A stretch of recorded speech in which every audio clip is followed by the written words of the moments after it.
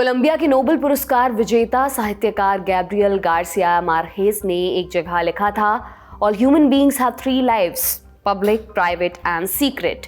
यानी हर एक इंसान 3 जिंदगियां जीता है, सार्वजनिक, निजी और गुप्त। जब इनका तालमेल टूटता है तब सब गड्ढमड्ढ हो जाता है, जैसा कि बीबीसी के दिग्गज न्यूज एंकर ह्यू एडवर्ड्स के साथ हुआ। ब्रिटेन का एक टैब्लॉइड अखबार है द सन, रूपर्ट मर्डॉक उसके मालिक हैं। 7 जुलाई 2023 को उसने एक रिपोर्ट छापी। बकौल रिपोर्ट एडवर्ड्स ने एक टीनेजर से न्यूड तस्वीरें खरीदी, तस्वीरों के बदले लगभग 35 लाख रुपए भी दिए। सन ने उसकी मां का आरोप भी पब्लिश किया। आरोप ये कि उन पैसों के कारण टीनेजर व्यक्ति को नशे की लत लग गई। शुरुआती कुछ दिनों तक न्यूज एंकर और टीनेजर की पहचान छिपा कर रखी गई। इस बीच लंदन पुलिस ने जांच शुरू की। सरकार ने कार्रवाई का दावा किया। प्रधानमंत्री ऋषि सुनक को जवाब देना पड़ा। बीबीसी ने एंकर को तत्काल प्रभाव से सस्पेंड भी कर दिया और इंटरनल जांच शुरू कर दी। इसके अलावा बीबीसी पर आरोपों को दबाने के आरोप भी लग रहे थे। माना जा रहा था कि ये संस्थान के इतिहास का सबसे बड़ा संकट साबित होगा। लेकिन 12 जुलाई को पूरा मामला अचानक से बदल गया। लंदन पुलिस ने जांच के बाद कहा, इस मामले में आपराधिक गतिविधि का कोई सबूत नहीं मिला है, हम फाइल बंद कर रहे हैं। इसके तुरंत बाद ह्यू एडवर्ड्स की पत्नी ने उनकी पहचान जाहिर कर दी। ये भी बताया कि एडवर्ड्स को गहरा मानसिक धक्का लगा है, उन्हें मेंटल हॉस्पिटल में भर्ती कराया गया है। आशंका है कि वो कभी इससे उबर ना पाए। मामले में ताज़ा अपडेट ये है कि अब बीबीसी और द सन आपस में भिड़ गए हैं। बीबीसी सवाल पूछ रही है और द सन अपनी स्टोरी का बचाव करने में जुटा है। तो आज हम जानेंगे न्यूड फोटो स्कैंडल की पूरी कहानी क्या है और इस स्कैंडल ने कैसे ब्रिटेन को हिलाकर रख दिया। नमस्कार, मेरा नाम दिव्यांशी सुमराव है। आप देखना शुरू कर चुके हैं लल्लन टॉप का इंटरनेशनल प्रसंगों से जुड़ा रोजाना का कार्यक्रम दुनियादारी, जहां आज कहानी एक न्यूड फोटो स्कैंडल की, जिसने ब्रिटेन में हड़कंप मचा दिया।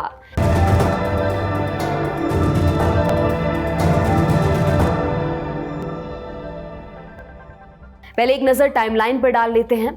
अप्रैल 2023, 20 साल के एक शख्स, मान लीजिए एक्स, उसके माता पिता ने साउथ वेल्स की पुलिस में शिकायत की। पुलिस ने कहा कि इस मामले में किसी आपराधिक गतिविधि का पुट नहीं था। 18 मई, एक्स के परिवार का एक मेंबर लंदन में बीबीसी के दफ्तर तक गया। वहां उसने एडवर्ड्स के खिलाफ शिकायत दर्ज करने के लिए कहा। 19 मई, शिकायत करने वाले ने बीबीसी की ऑडियंस सर्विस पर कॉल किया। 29 मिनट तक बाद भी कि उसकी शिकायत को कॉर्पोरेट इन्वेस्टिगेशंस टीम को ट्रांसफर किया गया। उन्होंने भी जांच के बाद पाया कि मामले में कोई आपराधिक गतिविधि नहीं हुई है, फिर भी उन्होंने जांच आगे बढ़ाई। शिकायतकर्ता को ईमेल किया, उनसे आगे की जानकारी मांगी, वेरीफाई करने की भी कोशिश की, लेकिन उनके ईमेल का कोई जवाब नहीं आया। 6 जून, बीबीसी की इन्वेस्टिगेशंस टीम ने शिकायतकर्ता के नंबर पर फोन किया, लेकिन फोन कनेक्ट नहीं हुआ। उसके बाद उन्होंने उनसे संपर्क करने की कोई कोशिश नहीं की, हालांकि केस को ओपन रखा गया। 6 जुलाई, द सन ने बीबीसी को कॉर्पोरेट प्रेस ऑफिस के जरिए शिकायत की जानकारी दी। बीबीसी के मुताबिक सन ने जिन आरोपों के बारे में बताया वो बिल्कुल नए थे। उसी दिन एडवर्ड्स को जांच पूरी होने तक के लिए ऑफर कर दिया गया। 7 जुलाई, द सन ने इस मामले पर अपनी पहली रिपोर्ट पब्लिश की। रिपोर्ट में एक्स की मां ने दावा किया, बीबीसी के स्टार एंकर ने उनके बच्चे को न्यूड तस्वीरों के बदले 35 लाख रुपए दिए। ये सौदा पिछले 3 बरस से चल रहा है। इसकी शुरुआत तब हुई जब एक्स की उम्र महज 17 साल थी। इन पैसों की वजह से उसे कोकीन की लत लग गई और ये उसकी जान भी ले सकता है। ध्यान रहे कि अभी तक एक्स का नाम या उसकी पहचान बाहर नहीं आई है, इसलिए उसके जेंडर को लेकर भी पुष्ट दावा नहीं किया जा सकता। 7 जुलाई की शाम एक्स ने द सन को व्हाट्सएप मैसेज भेजा। उसने लिखा कि उसकी मां का बयान बिल्कुल झूठा है, गलत है। उसी रोज बीबीसी ने पहला बयान जारी किया, कहा हमने कार्रवाई शुरू कर दी। बीबीसी ने लंदन पुलिस को भी इसकी जानकारी दी। 8 जुलाई, द सन ने एक्स की मां के हवाले से एक और रिपोर्ट छापी। उसके मुताबिक उसी एंकर ने एक्स को कैमरे पर न्यूड होकर परफॉर्म करने के लिए कहा था। 9 जुलाई, बीबीसी ने बताया कि हमने एक पुरुष स्टाफ मेंबर को सस्पेंड कर दिया है। उसी रोज द सन ने दावा किया कि एंकर ने एक्स को फोन करके जांच रुकवाने की अपील की। 10 जुलाई, बीबीसी के प्रतिनिधि लंदन पुलिस से मिले। उस दिन एक्स के वकील ने बीबीसी को एक चिट्ठी लिखी जिसमें दावा किया कि एक्स की मां के लगाए गए आरोप झूठे हैं और द सन ने जो कुछ छापा है उसका कोई आधार नहीं है। वकील ने यह भी लिखा कि एक्स ने 8 जुलाई को अपना पक्ष द सन को भेजा था। उसने आरोपों को झूठा बताकर छापने से रोकने की कोशिश भी की थी। इसके बावजूद द सन ने रिपोर्ट पब्लिश की। 11 जुलाई, एक और शख्स, मान लीजिए वाई, उसने बीबीसी के एंकर पर डराने धमकाने का आरोप लगाया। वाई के मुताबिक एंकर से उसकी मुलाकात एक डेटिंग ऐप पर हुई थी। एंकर ने मिलने का दबाव भी बनाया, लेकिन वाई ने मना कर दिया। उसने पहचान जारी करने की चेतावनी भी दी। इस पर वाई को भला बुरा कहा गया। 12 जुलाई, लंदन पुलिस ने अपनी जांच पूरी कर ली। कहा, हमें क्रिमिनल ऑफेंस का कोई सबूत नहीं मिला है, हम फाइल बंद कर रहे हैं। इसके बाद ह्यू एडवर्ड्स की पत्नी विकी फ्लाइन ने बयान जारी किया। विकी ने कहा कि स्कैंडल के केंद्र में उनके पति ही हैं। बयान के मुताबिक एडवर्ड्स डिप्रेशन से जूझ रहे हैं, कई बार इलाज भी किया गया है, लेकिन हालिया घटना ने मामला और बिगाड़ दिया है। वो फिलहाल अस्पताल में है, कब तक ठीक हो पाएंगे ठीक से कहा नहीं जा सकता। अस्पताल से निकलने के बाद वो अपने खिलाफ छपी रिपोर्ट्स का जवाब देंगे। 13 जुलाई को क्या हुआ? बीबीसी ने अपनी इंटरनल जांच फिर से शुरू कर दी। पुलिस के इन्वेस्टिगेशन के दौरान इसे रोक दिया गया था। द सन ने कहा कि वो एडवर्ड्स के खिलाफ लगे आरोपों पर आगे कोई रिपोर्ट नहीं छापेंगे। अखबार ने आगे की जांच में बीबीसी की मदद का वादा भी किया है। अगले हफ्ते बीबीसी के डायरेक्टर जनरल टिम डेवी से संसद में पूछताछ होने वाली है। इसमें फोटो स्कैंडल वाला मामला छाया रह सकता है। अब सवाल ये उठता है कि ये मामला इतना बड़ा कैसे बना? इसकी 4 बड़ी वजहें हैं। नंबर 1, बीबीसी की साख। ब्रिटेन से बाहर बीबीसी की कमाई एडवर्टाइजिंग और दूसरे रास्तों से आती है, लेकिन ब्रिटेन में जनता के पैसे से चलता है। ब्रिटेन में जिस भी घर में टीवी हो उनसे लाइसेंस शुल्क लिया जाता है। मौजूदा समय में ये लगभग 17,000 रुपए का है। ये फीस पूरे साल भर के लिए होती है। इसके बदले में BBC TV series, news, drama, sports के अलावा रेडियो चैनल्स पर भी कंटेंट देता है। चूंकि इन सब का पैसा जनता से लिया जाता है, इसलिए उसकी पहली जिम्मेदारी जनता के प्रति बनती है। नंबर 2, गोपनीयता। द सन ने अपनी रिपोर्ट में बीबीसी के एंकर की पहचान नहीं बताई थी। प्राइवेसी लॉ की वजह से दूसरे मीडिया संस्थान भी नाम उजागर करने से बच रहे थे। ऐसे में सोशल मीडिया पर अफवाहें उड़ रही थी। बीबीसी के अलग अलग एंकर्स का नाम लेकर निशाना साधा जा रहा था। कई एंकर्स को सोशल मीडिया पर सफाई भी देनी पड़ी, जिससे मामला बढ़ता गया। नंबर 3, आरोपों का ताप। ब्रिटेन में सेक्सुअल कंसेंट यानी सेक्स के लिए सहमति की उम्र 16 साल है। इस केस में पहली मुलाकात के समय एक्स की उम्र 17 साल और आरोपी की उम्र 58 साल थी, यानी दोनों आपसी सहमति से शारीरिक संबंध बना सकते थे। लेकिन एक और कानून के मुताबिक 18 साल से कम उम्र के किसी भी व्यक्ति की अश्लील तस्वीर खींचना या अपने पास रखना अपराध की श्रेणी में आता है। इसके लिए अधिकतम 10 बरस तक की सजा हो सकती है। अगर तस्वीर सामने वाले की सहमति से ली गई फिर भी इसे अपराध ही माना जाएगा। 18 साल से कम उम्र के किसी व्यक्ति को अश्लील तस्वीरें भेजने के लिए उकसाने को भी अपराध की श्रेणी में रखा गया है। इस अपराध में अधिकतम 14 बरस तक की सजा का प्रावधान है।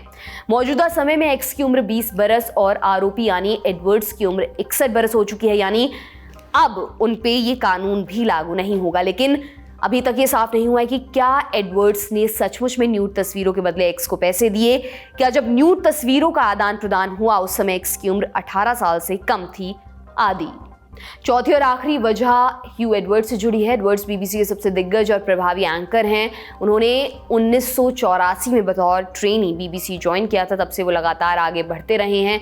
जब जब ब्रिटेन में कोई बड़ी घटना घटती है तब तब उन पर भरोसा दिखाया जाता है। क्वीन एलिजाबेथ द्वितीय का निधन हो या किंग चार्ल्स की ताजपोशी या प्रिंस हैरी और प्रिंस विलियम की शादी, एडवर्ड्स ने ही ये जानकारी जनता तक पहुंचाई। उन्हें संकट काल में बीबीसी का चेहरा माना जाता है। पिछले 20 वर्षों से वो बीबीसी न्यूज़ का भिन्न चेहरा हैं, इसलिए उन पर लगे आरोपों को काफ़ी गंभीरता से लिया गया। अब आगे क्या होगा? बीबीसी इंटरनल जांच को आगे बढ़ाएगी। उन्हें यह भी जवाब देना होगा कि क्रिमिनल ऑफेंस का आरोप साबित हुए बिना ह्यू एडवर्ड्स को सस्पेंड क्यों किया गया। द सन ने एडवर्ड्स पर आगे रिपोर्ट छापने से मना कर दिया है। उन्हें यह जवाब देना है कि बिना दूसरे पक्ष से संपर्क के उन्होंने इतने गंभीर आरोप कैसे लगाए। द सन का कहना है, हमने सिर्फ आरोप छापे, हमने कभी नहीं कहा कि एडवर्ड्स ने अपराध किया है या नहीं। ये दूसरे पब्लिकेशंस का काम है।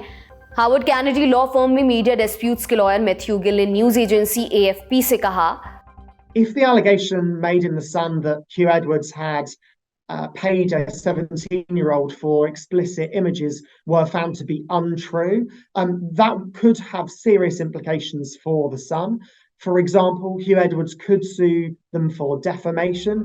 टैब्लॉइड्स पर सनसनीखेज खबरें छापने को लेकर हमेशा से सवाल उठते रहे हैं। आरोप लगते हैं कि अपनी बिक्री बढ़ाने के लिए वे किसी भी हद तक जा सकती हैं। द सन की हालिया रिपोर्ट ने इन आरोपों को ताज़ा कर दिया है। ह्यू एडवर्ड्स पर लगे आरोपों का ताप बना रहेगा। अगर उन्होंने कोई अपराध नहीं भी किया है फिर भी पैसे देकर न्यूड तस्वीरें खरीदने का मामला अनैतिक ही माना जाएगा। इस मामले में एडवर्ड्स के पक्ष का इंतजार रहेगा। अब ये भी जान लेते हैं कि ब्रिटिश अखबारों में इस घटना को कैसे कवर किया गया है। Guardian, Daily Mail, the Sun, Mirror, Metro, Daily Express समेत लगभग सभी अखबारों ने ह्यू एडवर्ड्स के नाम के खुलासे और उनके अस्पताल में भर्ती होने की खबर को पहले पन्ने पर छापा है। जानकारों का कहना है कि जैसे जैसे मामला आगे बढ़ेगा, इसमें और भी चौंकाने वाले खुलासे होने की संभावना है। ये था हमारा बड़ी खबर सेगमेंट। अब चलते हैं सुर्खियों पर। पहली सुर्खी आई है केन्या से। केन्या में महंगाई के खिलाफ जबरदस्त विरोध प्रदर्शन हो रहे हैं। विपक्ष ने सरकार के खिलाफ आंदोलन छेड़ रखा है। कई इलाकों में प्रोटेस्ट हिंसक हो गया। पुलिस के साथ प्रदर्शनकारियों की झड़प में 6 लोग मारे जा चुके हैं। मानवाधिकार संगठनों का दावा है कि ये संख्या दोगुनी है। न्यूज एजेंसी AP की रिपोर्ट के मुताबिक झड़प के दौरान पुलिस ने आंसू गैस के गोले राजधानी नैरोबी के एक स्कूल में फेंक दिए। इसके चलते 53 बच्चों को अस्पताल ले जाना पड़ा। उन्हें सांस लेने में तकलीफ हो रही है। अब प्रोटेस्ट की वजह भी जान लीजिए। 2 मुख्य वजहें इस प्रोटेस्ट की हैं, महंगाई और टैक्स में बढ़ोतरी। विपक्षी नेता रायला ओडिंगा इन आंदोलनों को लीड कर रहे थे। वो 2022 के राष्ट्रपति चुनाव में विलियम रूटो से हार गए थे। तब उन्होंने वोटिंग में धांधली के आरोप भी लगाए थे। बढ़ती हिंसा के बाद ओडिंगा ने आगे की रैलियों को कैंसिल कर दिया है। उन्होंने अहिंसक तरीके से प्रोटेस्ट जारी रखने की अपील की है। दूसरी सुर्खी है रूस से 3 बड़ी अपडेट्स आई हैं। नंबर 1, 24 जून को वैगनर के विद्रोह के बाद अमेरिकी खुफिया एजेंसी CIA के डायरेक्टर बिल बर्न्स ने रूस की खुफिया एजेंसी SVR के डायरेक्टर सर्गेई नरीशिकिन को फोन मिलाया था। बिल ने आश्वस्त करते हुए कहा कि विद्रोह में अमेरिका का कोई हाथ नहीं है। इस बातचीत की जानकारी 12 जुलाई को नरीशिकिन ने रूस की सरकारी मीडिया को दी। CIA ने इस पर कोई बयान नहीं दिया है। दूसरी अपडेट रूस की एरोस्पेस फोर्स के मुखिया सर्गेई सुरोविकिन से जुड़ी हुई है। वैगनर विद्रोह के बाद उन्हें पब्लिक में नहीं देखा गया। ऐसी खबरें भी सामने आई कि उन्हें जेल में रखा गया है। विद्रोह में मदद के आरोप में पूछताछ भी चल रही है। ब्रिटिश अखबार गार्डियन की रिपोर्ट के मुताबिक 12 जुलाई को एक रूसी सांसद ने कहा कि जनरल सुरोविकिन आराम कर रहे हैं। वैसे युद्ध के समय में आराम का दावा, इस पर भरोसा करना मुश्किल लगता है। तीसरी अपडेट वैगनर ग्रुप से आई है। रूस की डिफेंस मिनिस्ट्री के मुताबिक वैगनर के लड़ाकों ने भारी भरकम हथियार और मिलिट्री इक्विपमेंट लौटाने शुरू कर दिए हैं। इनमें टैंक, एंटी एयरक्राफ्ट मिसाइल्स और रॉकेट लॉन्चर्स भी शामिल हैं। आज की तीसरी सुर्खी पाकिस्तान से। इस खबर की शुरुआत एक सवाल से होती है, इमरान खान कहाँ हैं? पिछले कुछ हफ्तों से इमरान पाकिस्तान की लोकल मीडिया से लगभग गायब हैं। उनका नाम लेने या उनकी खबर दिखाने पर अघोषित बैन लगा हुआ है। इसका ये मतलब नहीं है कि उनकी मुसीबतें ख़त्म हो चुकी हैं। 9 मई 2023 को इमरान को इस्लामाबाद हाई कोर्ट के अंदर से अरेस्ट किया गया। अगले दिन उन्हें कोर्ट से राहत तो मिल गई, लेकिन उसी दिन से उनकी उल्टी गिनती शुरू हो गई थी। उनके वफादारों को अरेस्ट किया जाने लगा। बाद में कईयों ने पार्टी छोड़ दी, कईयों के घर पर छापेमारी भी हुई।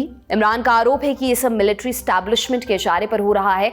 कुछ समय तक तो उनके पक्ष को पाकिस्तानी मीडिया में दिखाया गया, लेकिन धीरे धीरे उन्हें गायब किया जाने लगा। इमरान लोकल मीडिया के बजाय इंटरनेशनल मीडिया में ज़्यादा दिखने लगे। मसलन पाकिस्तान के वरिष्ठ पत्रकार हामिद मीर को ब्रिटिश अखबार गार्डियन में एक लेख लिखकर इस विडंबना को उजागर करना पड़ा।